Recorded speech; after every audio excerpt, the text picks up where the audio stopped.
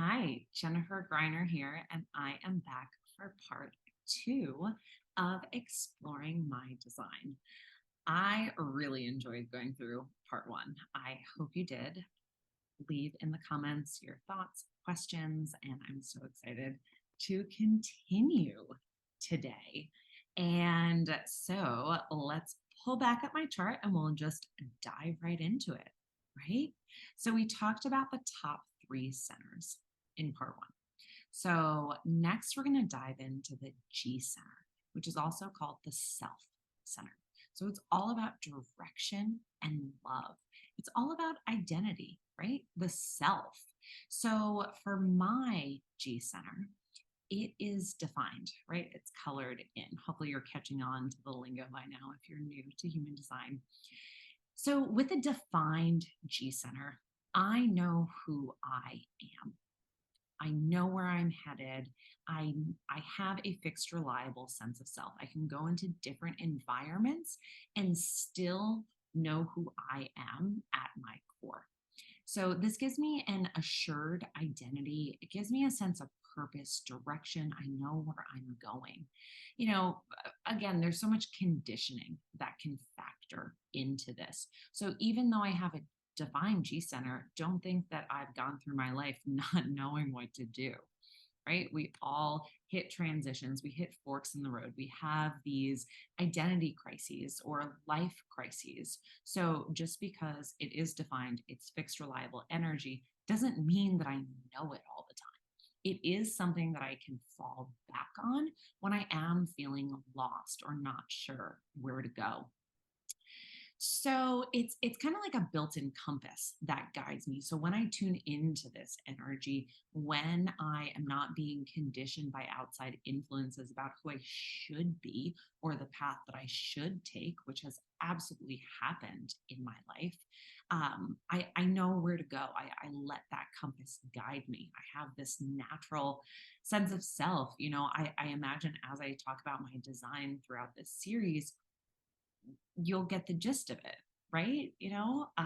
So hopefully you experience that. My sense of self is coming through. So a lot of times with a defined G center, we want to help others. We see others lost and we say, I have direction, let me help them. And especially if they have an undefined G center, sometimes this can be a disservice, especially if you're a projector giving unsolicited advice in there. Because we give them their energy, and an undefined G center is like a chameleon. They are their environment, really. So I could be giving someone a direction that is mine. I'm conditioning them just through my energy. That's why I love the interpersonal energy dynamics. And when I do the compatibility series, definitely go check that out. And I will talk way more about all of this there. So, starting with gate 10. So, gate 10 is, you'll probably hear me say this a lot. It's one of my favorites. I have a lot of favorite gates. I love gate 58. I love gate 27. What other gates do I love? Those are my top ones. The heart's pretty cool too. But anyway, gate 10, love it. It's all about self love. It is the gate of treading, also the gate of behavior of the self. It's all about our self behavior. Um, it's a lot about self care too. So I have been talking about self care. Oh my God, at least 10 years. I've been on my own personal yoga journey for 20 years. So, when I started learning about human design and saw that this gate is conscious for me, I was like, oh, yeah, of course, that makes so much sense. That self care and having that routine in my behavior of taking care of myself is so important to me. And it makes sense, where its placement is too, but I won't dive into that. So the shadow of gate 10 is self-obsession. It can really teeter into, not to be confused with the ego, but just being obsessed with taking care of yourself. So really utilizing the gift of naturalness to just be. That's really what it is. For me, more importantly, it's about modesty. It's about an innate sense to know and accept my place. And this has really grown through understanding that I'm a projector. Knowing my place means that I need to wait for recognition. I need to wait for the invitation. Also, thinking back to what I talked about in part one about the throat, I need to wait for that right timing. So it's really important for me. Yes, I love self care. I can talk with you about self care forever, but it's really important for me to be modest because I have a valued sense of purpose no matter what position I'm in. But it's just knowing my place. And sometimes as a projector, that's a bit higher up in the hierarchy, right? Because we see so much, and that's okay, but to be modest within it. And we'll talk about humility and in other aspects of my chart. So then to pop over to gate 25. So I do have this channel. So yeah, I'll talk about gate 25, but I'll also talk about the whole channel a bit later. Because yes, I have this energy, but it's half of a whole, right? And when you have a whole, looking at half can be helpful, but it's really important to look at the whole. So the half is gate 25, the gate of innocence, the spirit of the self, right? It's a perfection of action through uncontrived and spontaneous nature. So it's really important to accept, not to constrict for me. Um, I was really, especially being a therapist, I was constricting my sense of self. I had to fit in that therapist box. I couldn't show myself. My clients couldn't know any personal information about me. I had to be the blank slate to allow their healing, to allow their projection, their transference onto me while being super aware of what was going on with me, the counter transference that was happening within and may have been projected upon, so that I could process that, either work with my supervisor through it or make sure that I was getting the time that I needed to process and come back to my own energy. Just a thought on that. It's really important to reserve 15 minutes for yourself a day per undefined center. So I have 1, 2, 3, 4 undefined centers. So I need an hour, right? 15, 30, 45, 60. I need 60 minutes every day to be with myself. And really, I've experimented with this throughout my human design journey. And it really is in silence. It's hard for me. I like to put music on. I like to be distracted. But it's so important to just tap back into my energy. It's almost like a way of kind of clearing your aura as well. So I really had to accept these needs for myself. This is another love gate too. So you can see these are love gates. I have a lot of love in my chart. Um, it's so beautiful. I can talk about that for a while. But the essence here of gate 25 is universal love.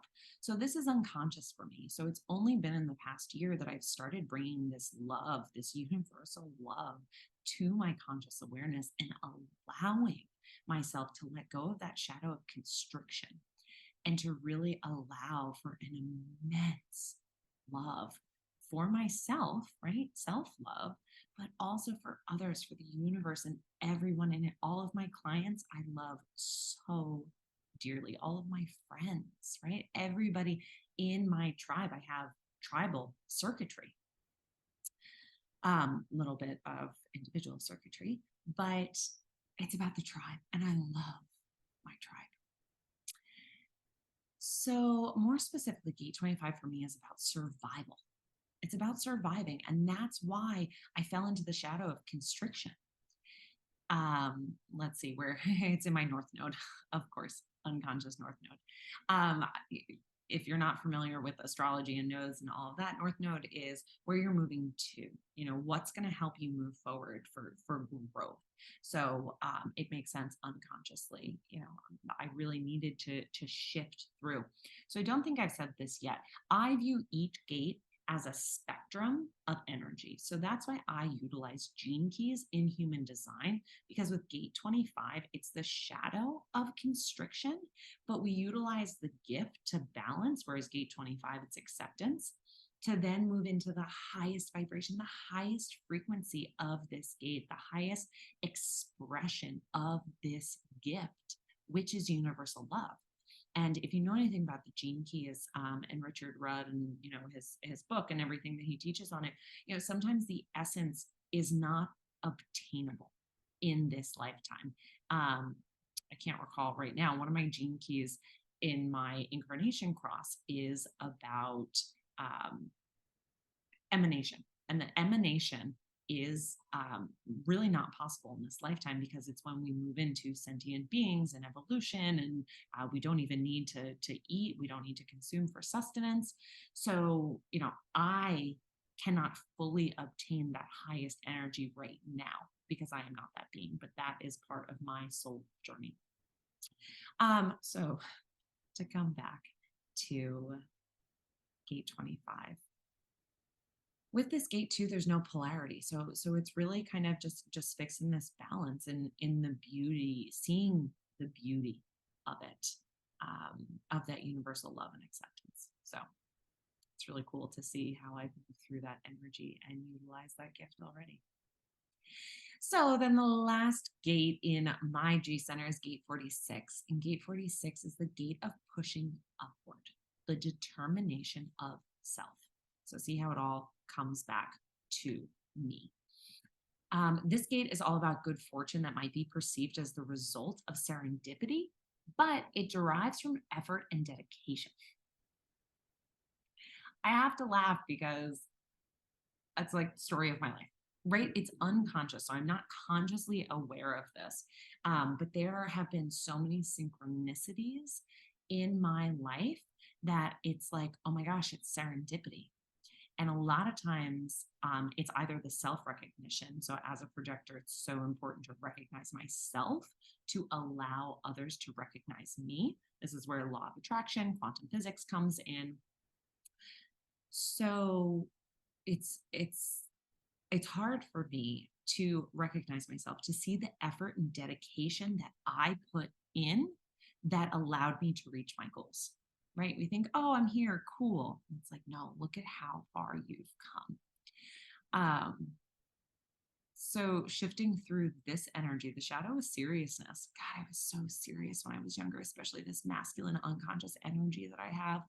I have a lot of masculine in my chart, but I also have a bit of feminine, and it's been a journey to find the balance between the two.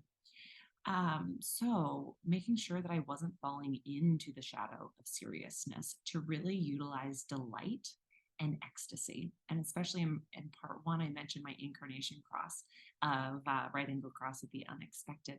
So kind of my motto that also helps with gate 46 is expect the unexpected, right? I'm going to allow that delight to come in, to be delighted. And this is where I can talk about the reflector aspects in my chart. So this is something that I found really helpful looking at in clients, and of course applied to myself. So I am a conscious reflector. If you pull apart my design just to the conscious pieces, I'm a reflector. I'm completely open. I am consciously absorbing energy and having it flow through me. That was a huge epiphany for me, that as a part of my self identity, I'm a reflector. And the reflector self theme is delight and surprise. So it was really important for me to shift this energy and allow to be determined myself, but allow myself to absorb, call this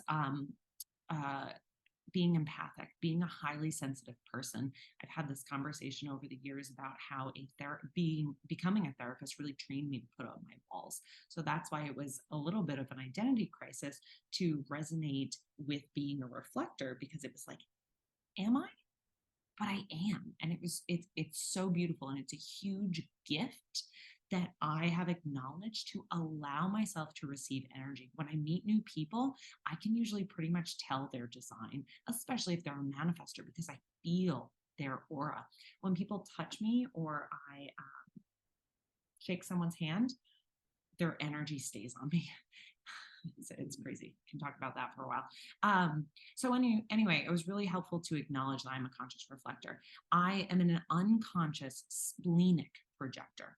So it was really important, we really want to take our quantum design. I am an emotional projector, but understanding that unconsciously I'm a splenic projector, and well, I can talk more about this when we get to the spleen, um, helped me know unconsciously I really need to trust my instincts. I need to strengthen my intuition because it is another useful gift. On an unconscious level, I need to be connected to my spleen. So, finishing up gate 46. For me, more specifically, it's about impact. The ability, once I recognize it, to move rapidly from position of obscurity to influence, right? Coming back to that leader role. I have these ideas. Yeah, they might be obscure, but how can I utilize my authority to check in? They feel right to lead with them and unconsciously be of influence and make an impact. So that's a really big piece, especially when it comes to business for me. So that's why I love seeing how business ties into all this. All right, so let's talk about the heart, and then that'll be it for part two. So the heart is all about willpower and ego and balancing the two. There's also an aspect of wishes here. There's an aspect of competition. It's really cool, the interpersonal energy dynamics of the heart. I love looking at them. The heart is also a motor center. So I forgot to mention, so let's go through these quick. So we have the crown, which is a pressure center, right? And part one, I talked about the pressure coming in. The mind is a filter, right? We talked about that. The throat is a manifestation center. It manifests things. The G center is the monopole. Everything, living, not, has a G center because it knows what it is, right? A tree knows it's a tree. A bug knows it's a bug. My phone knows it's a phone. You can even apply it to inanimate objects. It has an identity. And all that energy is wanting to stem to that. So when we talk about the heart is a motor center. It has a motor. It's connected to the heart. Oh, and I did leave out the body physiological connection of the G center, which is the liver. The liver is said to be the seat of the soul. So it's really a soul connection. And if you're familiar with what the liver does, it filters, right? It filters the blood. So it has an aspect of blood, but it's also how we filter life experiences, right? You and I can experience the same event, but it's based on who we are, how we respond to that it becomes our experience, which can be completely different, even though we experience that, same 5 minutes in life. So the heart is the heart. It also has an aspect to digestion, digestive processes, including the stomach and gallbladder. It's really interesting to see. I've seen a lot of connection to the gallbladder, especially when it's undefined and you're conditioned and living out of alignment. That's when these physiological aspects really come into play. And I can talk more about that with the sacral, but through my definition, I haven't experienced much of that. So let's talk about what having a defined heart means for me. So, with a defined heart, it means that I have the willpower. I can move mountains with my potential to harness this raw willpower, this energy that this motor center provides to accomplish something that I want, that I have the will for, the heart for, in no time. It's all about following my heart. My heart really has to be in it.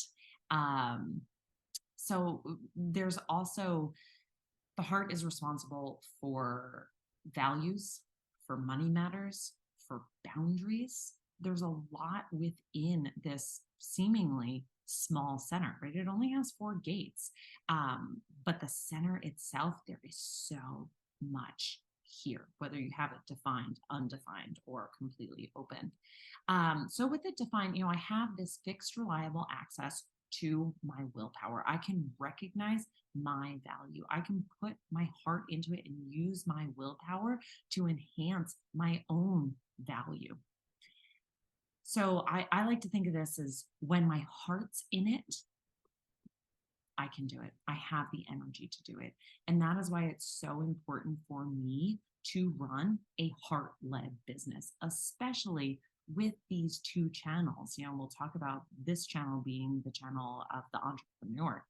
It's known as because it feeds the heart, instincts, and intuition. Then I also have this channel here connecting my identity to my heart. So when they're together, again, I have that energy. But it's really important, not only as a projector, but with the heart, with it being that motor center, it's so important to rest.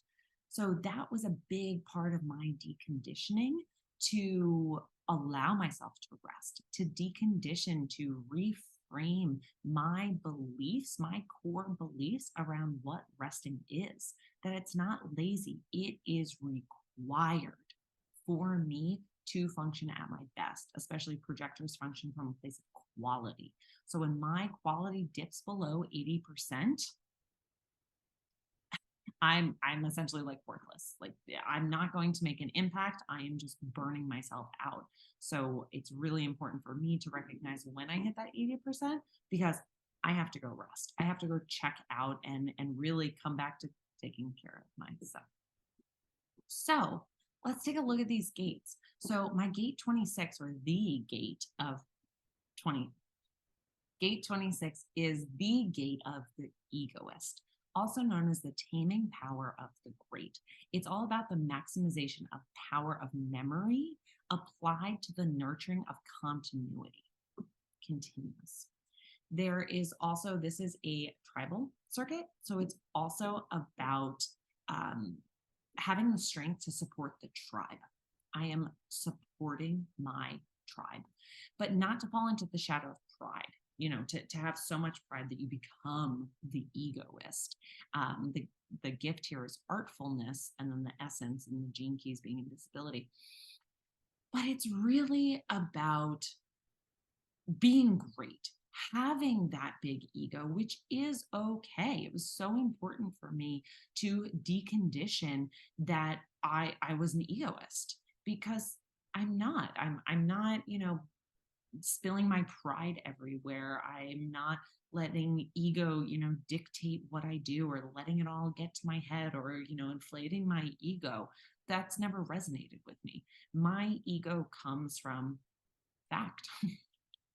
And sometimes I feel egotistical saying that, but it's true. And if you work with me and you get to know me, hopefully you're able to recognize me and see that those are my gifts, that I do have these capabilities. I do possess this and honor that and try to meet me there. And this is where the competition comes in because those with an undefined heart innately, it's just the energy, and it's been so helpful for me to recognize that they want to compete with me. They say, I want to be better than her, I have to beat her. And me, I'm like, go for it.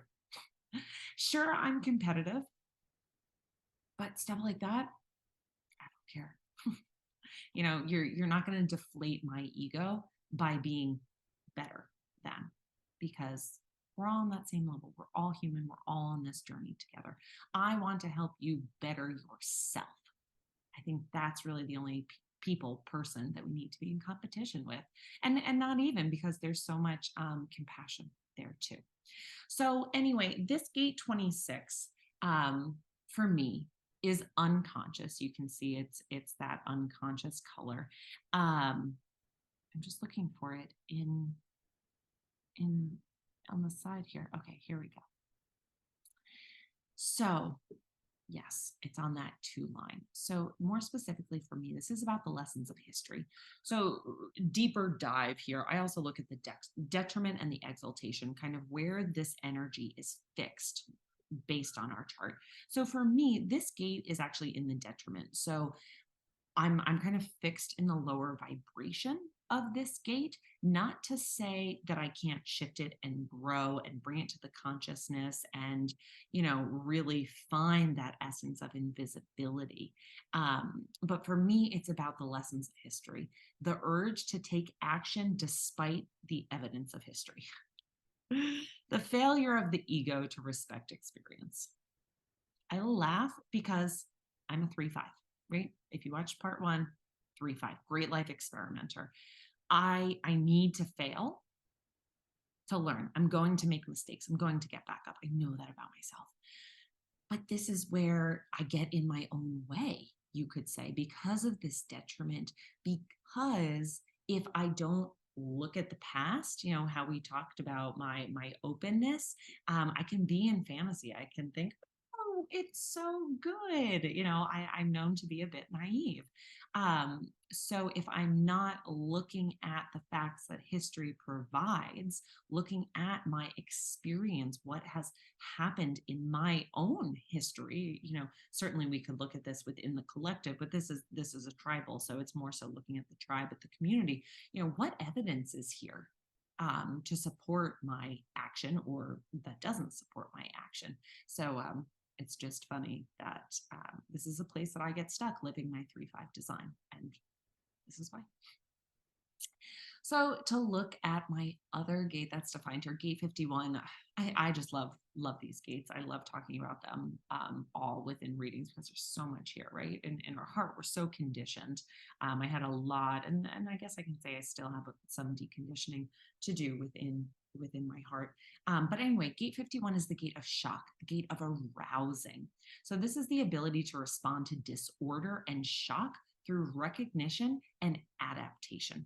There's also an aspect here with this gate of competitive power and drive to leap first, to out of shock, to be there, to be aroused and jump there.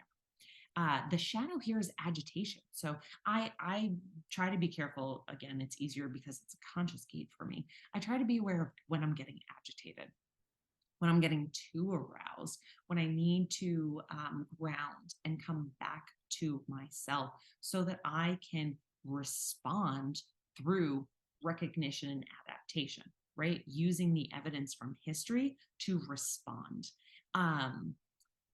In a way, I worked in crisis situations a lot. I did in-home family therapy for 2 years, and there was a lot of crisis. I would get calls, sometimes I would be at people's homes and have to call 911.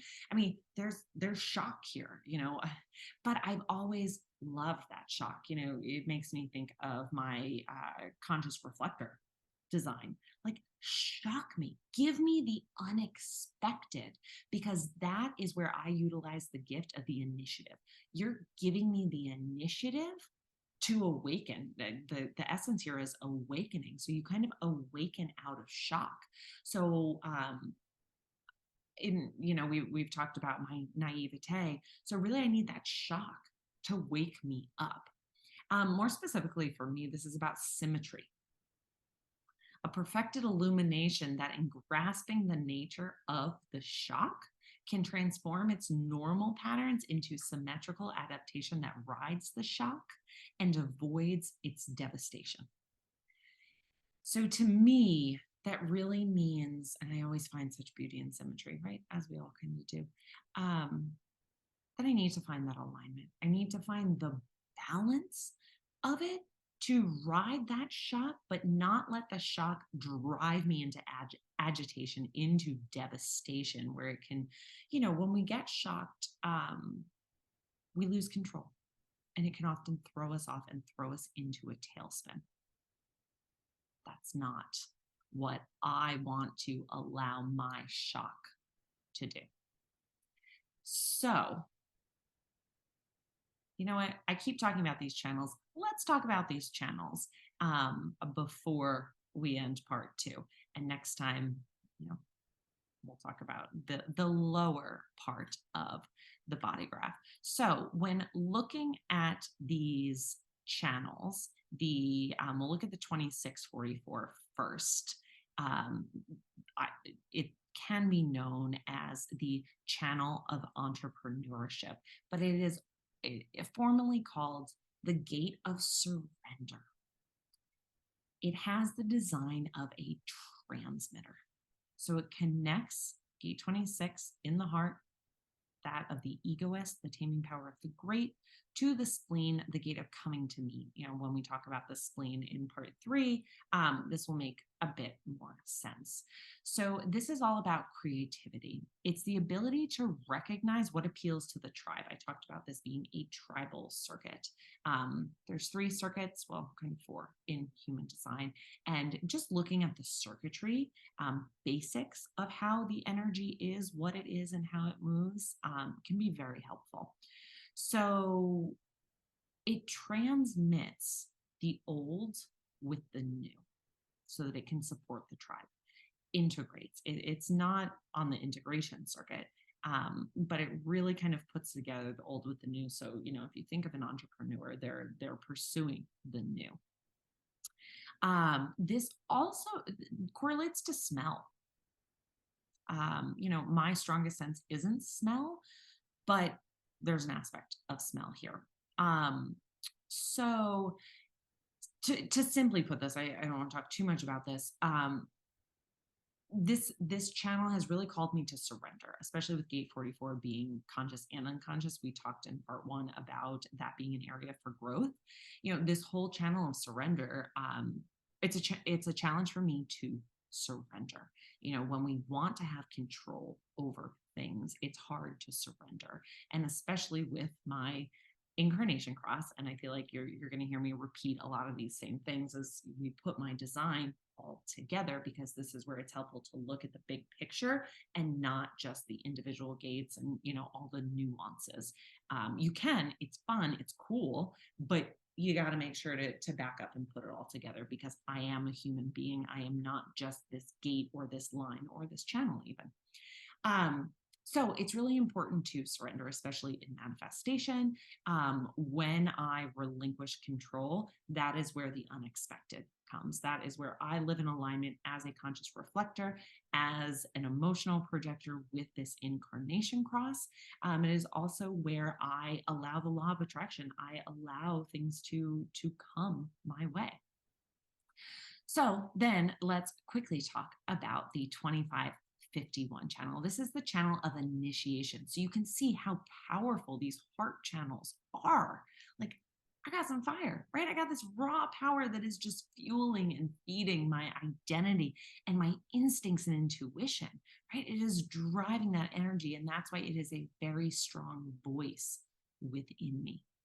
So we have gate 25, we talked about as the gate of innocence. We have gate 51, which we just talked about. It's the gate of arousing. So this is really about the beginning. It's about needing to be first. And to give you a quick little story, I had a network marketing business in essential oils. Would be more than happy to talk about that anytime. I still kind of do it a little. But something that always challenged me with it, let's also say I was not being taught as a projector. That's also why it didn't work for me. It was not right. I needed to wait for the invitation. I was giving invitations. So I felt out of alignment. I often found bitterness. But I also was finding that I'm not first.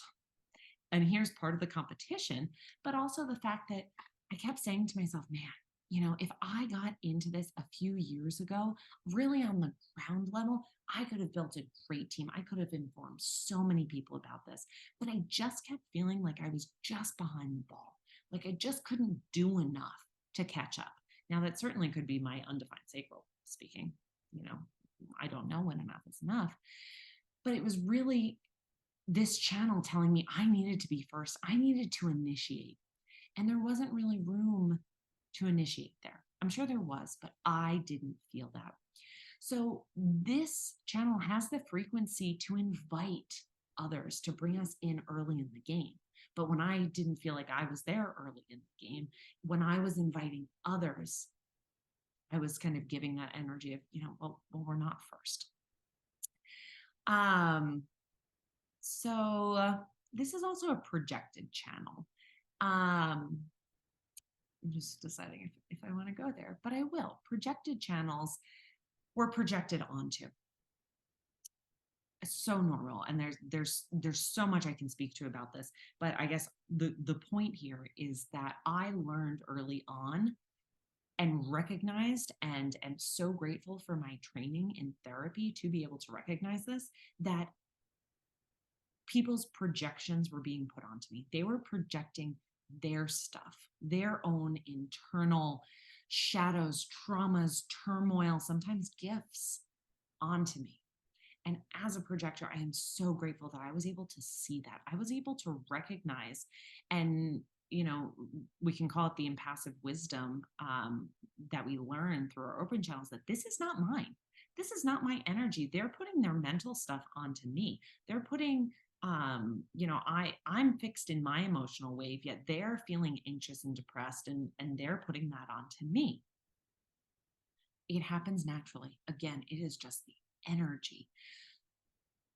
But in a way, I figured out how to monetize that, right? I became a therapist. Here, come talk to me, project onto me. I'm going to hear it all. I'm going to reflect it back to you. I get to be my conscious reflector, to survey the environment, to get that energy and reflect it back to you.